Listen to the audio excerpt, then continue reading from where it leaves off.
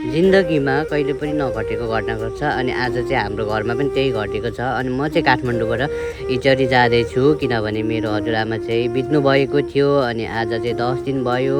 त्यही भएर म चाहिँ जाँदैछु। मैले चाहिँ बसको टिकटहरू काटेँ अनि त्यसपछि बसमा बसेँ अनि एकदम राम्रो भ्यूहरू चाहिँ थियो त्यो टाइममा। मलाई चाहिँ एकदम शान्त भइरहेको थियो यो भ्यू हेर्दा। साँच्चै नै डाँडाकाँडाले चाहिँ एकदम मलाई चाहिँ नेचर चाहिँ एकदम मनपर्छ नि त। त्यही भएर अनि हामीलाई खाना खानु चाहिँ एउटा ठाउँमा रोकेको थियो अनि मैले चाहिँ खाइनँ किनभने मलाई चाहिँ त्यहाँको अलिकति मन परेन अनि हामीले खानु पनि हुँदैन थियो अनि मासु यताउता थियो।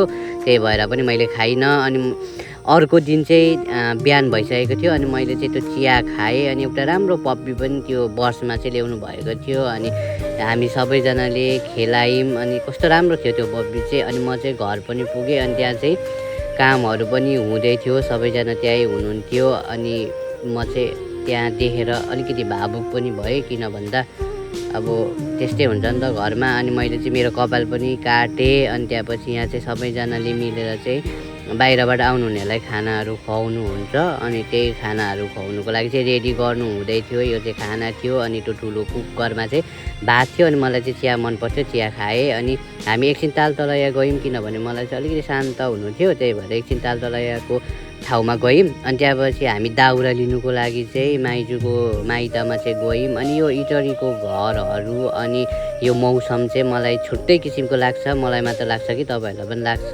कमेन्ट गर्नु होला। अनि त्यहाँबाट चाहिँ हामीले त्यहाँ एकदम आँपहरू पनि थियो तर टिपिनौँ अनि हामीले सबै कामहरू सकेर चाहिँ फेरि फर्क्यौँ। अनि यो चाहिँ हाम्रो आमाको संवेदना हो अनि आज आमा चाहिँ हामी बिच हुनुहुन्न, यो चाहिँ सत्य हो।